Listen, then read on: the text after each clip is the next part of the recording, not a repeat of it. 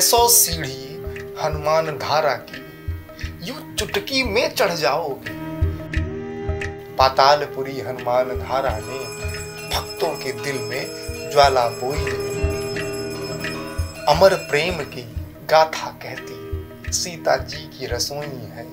तो ये वादा है इतनी जल्दी तुम अपने शहर न जाओगे, चित्रकूट आओगे तो थोड़ा ठहर जाओगे, थोड़ा ठहर जाओगे।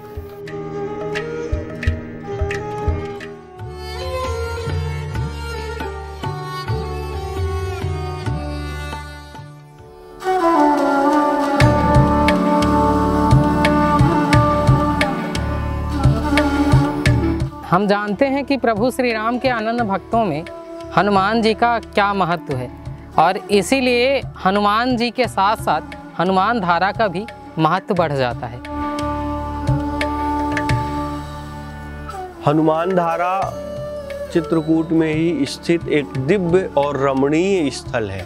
अब उसकी प्राकृतिक सुंदरता अद्भुत है, अवर्णनीय है, अकथनीय है, वाणी से उसका वर्णन नहीं किया जा सकता। मैंने व्यक्तिगत अनुभव ऐसा किया कि अगर वहाँ आप जाके सच्चे मन से कोई प्रार्थना करते हैं तो भगवान हनुमान का वहाँ तेज सर्वव्यापक है। उस क्षेत्र में आप हनुमान जी से अगर कहीं कनेक्ट होने का प्रयास करेंगे तो हनुमान जी की कृपा निश्चित रूप से आपको मिलेगी। कहते हैं कि जब प्रभु श्री राम सीता मैया की तलाश में थे तो हनुमान जी ने उनकी अत्यधिक मदद की थी। और जब वह रामदूत बन करके लंका गए थे और रावण के दरबार में उन्होंने प्रभु श्री राम की जो मांग थी, जो प्रभु श्री राम का आश्वासन था, उन्होंने रावण को बताया। तब रावण ने कहा कि मैं नहीं मानता तुम्हारे प्रभु श्री राम को। तब उन्होंने कहा कि तुम मेरे प्रभु श्री राम को नहीं मानते हो, तुम उनका अपमान करते हो। तो उनकी पूंछ में आग रावण ने जब लगवाई तो उन्होंने अपनी पूंछ की आग से पूरे के पूरे लंका का दहन कर दिया। तो राम का रामत्व या राम की श्रेष्ठता हनुमान के बिना सिद्ध नहीं होती। हनुमान जी भक्तों के रक्षक हैं, साधु संतों के रक्षक हैं, सज्जनों के प्रतिपालक हैं। राम का काज हनुमान के बिना भला कौन सिद्ध कर सकता है। किसी भी प्रकार की शारीरिक अक्षमता हो, शारीरिक कष्ट हो, रोग व्याधि हो, और आपका वो तमाम सारी विसंगतियां आपके शरीर की दूर होंगी। दमा संबंधी रोगों के लिए वहाँ का जल रामबाण की तरह है। तो लंका विजय के बाद जब हनुमान जी राम जी के सम्मुख आए तो उन्होंने कहा कि हे प्रभु, मुझे भी आप कोई ऐसा स्थान दीजिए जहाँ पर मैं विश्राम कर सकूँ, क्योंकि जब मैंने लंका दहन किया था तो उस अग्नि का जो ताप है अभी भी वो मेरे अंदर है। तो प्रभु श्री राम ने एक बाण का संधान किया और बाण का जिस जगह पर संधान किया वहीं से कलकलधार निकलने लगी।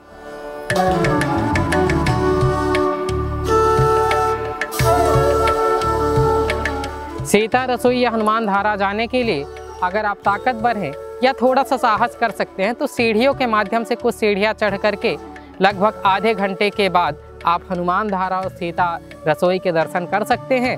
और अगर आप नहीं जाना चाहते हैं ऐसे तो आपके लिए लिफ्ट का भी प्रबंध किया गया है, जिसके माध्यम से आप हनुमान धारा और फिर उसके बाद चंद सीढ़ियों को चढ़ करके सीता रसोई तक पहुंच जाते हैं। लेकिन प्रकृति की दृष्टि से यह बेहद ही सुरम्य और बेहद ही पर्यटक पूर्ण जो है तो वातावरण से युक्त स्थान है, जहां से पूरे चित्रकूट का विहंगम दृश्य आप देख सकते हैं। तो पर्यटन की दृष्टि से भी अगर चित्रकूट जाएं तो इस स्थान को देखना तो बनता है। जब उस पहाड़ के ऊपर पहुंचेंगे और वहां थोड़ा सा समय अगर आप शांति से बिताएंगे तो आपको अद्भुत अनुभव होगा।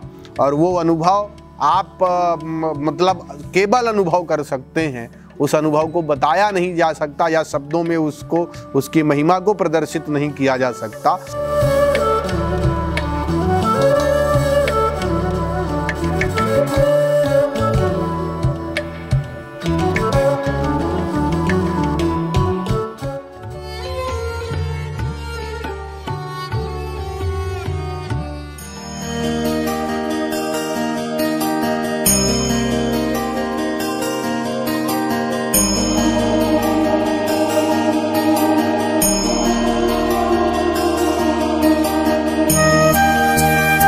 मंदाकिनी नदी के सुरम्य तट पर राम घाट से कुछ ही दूरी पर सीता कुंड स्थित है। ऐसा कहते हैं कि जब वनवास के समय प्रभु श्री राम सीता लक्ष्मण सहित यहाँ पर रुके तो उस दौरान प्रभु श्री राम राम घाट पर स्नान करते थे और मंदाकिनी माता ने मैया सीता के लिए एक कुंड रूप धारण किया। जिस जगह पर माता सीता नित्य स्नान करती थी उसी जगह को आधुनिक काल में या वर्तमान समय में सीता कुंड के नाम से जाना जाता है। सीता कुंड जब हम अवलोकन करते हैं तो वहाँ पर देखते हैं कि माता मंदाकिनी जो नदी हैं वह एक कुंड का रूप धारण कर लेती हैं और उसे आज के दौर में भी, यानी इन घटनाओं के प्रभु श्री राम के वनवास के इतने वर्षों बाद भी स्पष्ट तौर पर देखा जा सकता है।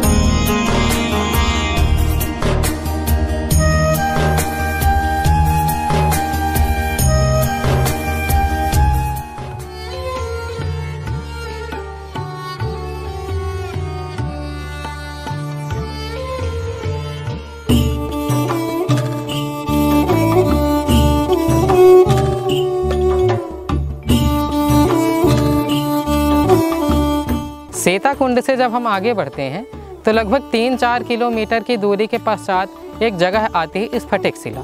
ये स्फटिक शिला भी मंदाकिनी नदी के तट पर ही है। तो एक दिन की बात है, माता सीता श्रृंगार करके वहीं पर बैठी हुई थी, वहीं पर प्रभु श्री राम भी बैठे हुए थे। तो जो इंद्र देवता थे, तो इंद्र देवता का एक पुत्र था जयंत, तो उसने कौवे का रूप धारण किया। उसने सीता जी के पैर में चोंच मारी और भाग दिया। जब चोंच मार दी तो माता सीता के पैर के अंगूठे से खून बहने लगा।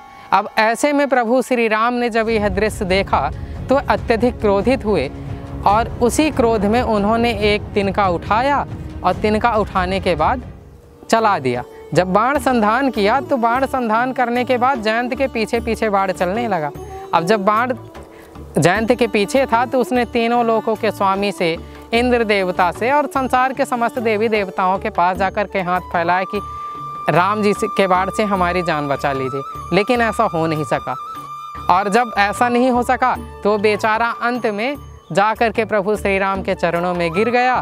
और जब प्रभु श्री राम के चरणों में गिर गया तो प्रभु श्री राम ने कहा कि देखो, मेरा बाण तो खाली नहीं जा सकता है, इसीलिए यह बाण तो कहीं ना कहीं लगेगा, परंतु मैं तुमको क्षमा करता हूँ।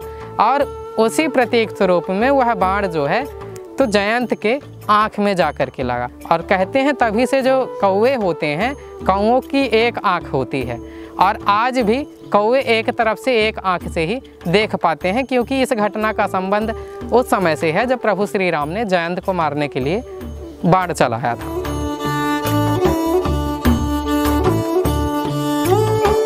तुलसीदास जी ने स्फटिक शिला और जयंत को लेकर के जो कहानी अपनी चौपाइयों के माध्यम से बताई है वह बहुत ही मर्यादा पूर्ण कहानी है, जिसके अंतर्गत तो कहते हैं कि जयंत आया और माता सीता के स्तनों में उसने प्रहार कर दिया। प्रभु श्री राम क्रोधित हुए और उन्होंने बाण संधान कर दिया।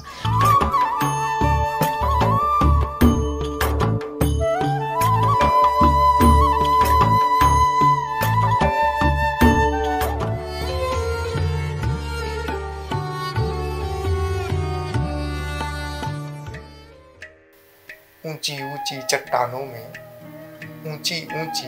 चट्टानों में अनुसुईया का धाम मिलेगा। पतिव्रता का वर तुम कर लो, फिर जीवन भर आराम मिलेगा। ये वादा है, तुम इतनी जल्दी अपने शहर न जाओगे, चित्रकूट आओगे तो थोड़ा ठहर जाओगे। भारतीय संस्कृति में नारी का अपना विशेष महत्व है। ऐसा कहा जाता है कि यत्र नार्यस्तु पूज्यन्ते रमन्ते तत्र देवता। जहाँ नारी की पूजा होती है वहाँ देवताओं का निवास होता है। ऐसा माना जाता है कि आदिकाल में माता अनुसुईया अत्रि मुनि के साथ यहाँ पर तपस्या किया करते थे। एक समय की बात है कि यहाँ पर बेहद अकाल पड़ा हुआ था और अत्रि मुनि को प्यास लगी, तो माता अनुसुईया ने चारों तरफ जल की तलाश की, लेकिन जब उन्हें जल नहीं मिला तब उन्होंने अपने तपोबल से इस जगह पर एक कुंड का निर्माण किया जो वर्तमान में मंदाकिनी कुंड के नाम से जाना जाता है। और इसी मंदाकिनी कुंड से प्रवाहित होने वाली मंदाकिनी नदी की सरित धारा पूरे चित्रकूट को पावन करती है। कहते हैं कि माता अनसुईया का जो सतीत्व था वो तीनों लोकों में जाना जाता था। और जब नारद मुनि एक बार धरती पर आए तो उन्होंने माता अनसुईया का सतीत्व देखा, और जब सतीत्व देखा तो वो गए देवलोक में गए। वहाँ पर ब्रह्मा, विष्णु और महेश जी तीनों की पत्नियों से उन्होंने उनके सतीत्व का बखान किया।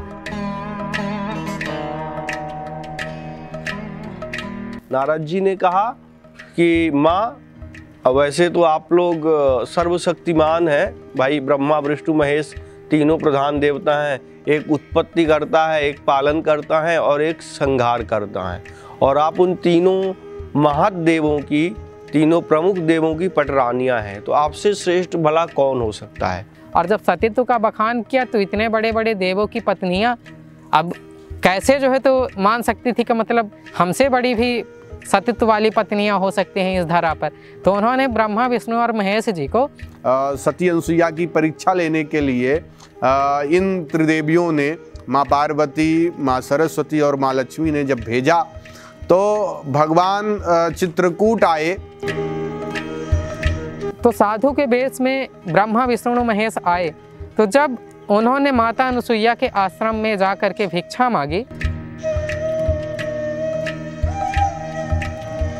उस समय संयोग से अत्र मुनि वहाँ नहीं थे, अत्र ऋषि वहाँ नहीं थे, और उन्होंने भिक्षा के लिए आग्रह किया।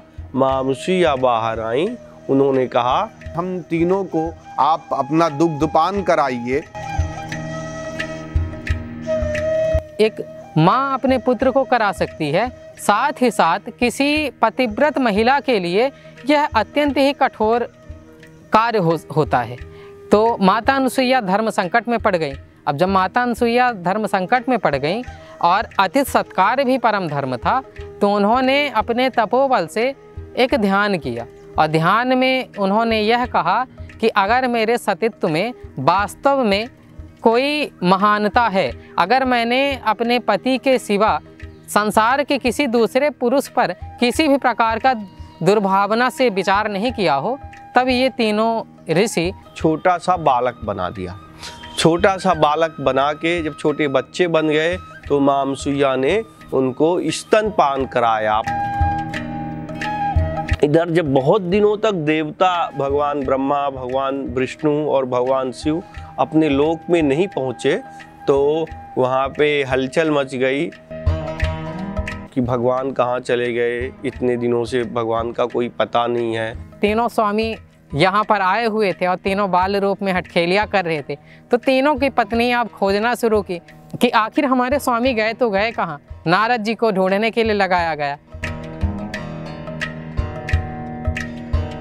तो पता चला कि तीनों भगवान तो बालक बन के अनसुईया के आंगन में खेल रहे हैं। तीनों देवियाँ यहाँ पर आई। माता अनसुईया से उन्होंने निवेदन किया कि हे माते, वाकई माँ का जो सतीत्व है उसका दुनिया में कोई तोड़ नहीं है, उसकी तुलना किसी दूसरे से नहीं की जा सकती।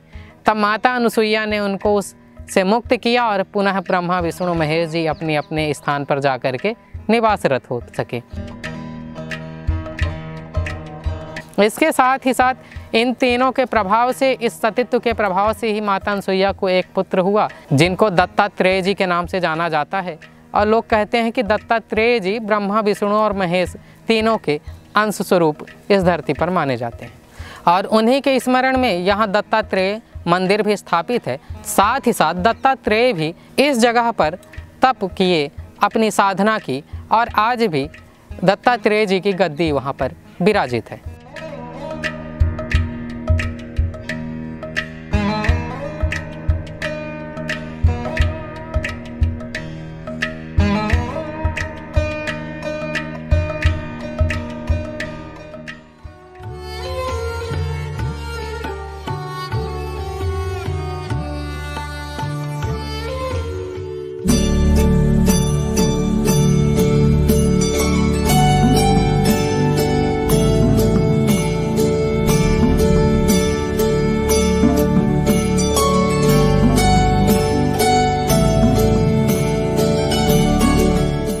चित्रकूट से कुछ किलोमीटर की दूरी के पहले एक स्थान पड़ता है करबी। करबी के पास एक जगह है गणेश बाग। ऐसा कहा जाता है कि पेशवाओं ने महाराष्ट्र के अतिरिक्त बुंदेलखंड को भी अपने राजनीति के लिए, अपने राज्य के लिए एक प्रमुख स्थान बनाया और उसी को दृष्टिगत रखते हुए उन्होंने चित्रकूट के करबी के समीप गणेश बाग नामक स्थान की स्थापना की, जो पेशवा बाजीराव के वंशजों से जुड़ा हुआ एक प्रमुख स्थान है। यहाँ पर स्थित तालाब, यहाँ पर स्थित पेशवा बाजीराव के वंशजों के द्वारा संयोजित या संरक्षित जो किला है और गणेश जी की जो मूर्ति है वह अत्यंत ही दुर्लभ प्रकृति की प्रतीत होती है। यहाँ पर जाने पर आपको पेशवा काल के युद्ध कौशल के साथ साथ ही उस समय की स्थापत्य कला के दर्शन आपको अभिभूत कर देंगे। पर्यटन की दृष्टि से और साथ ही साथ पेशवा बाजीराव के अतीत के दृष्टि से यह स्थान बेहद महत्वपूर्ण है।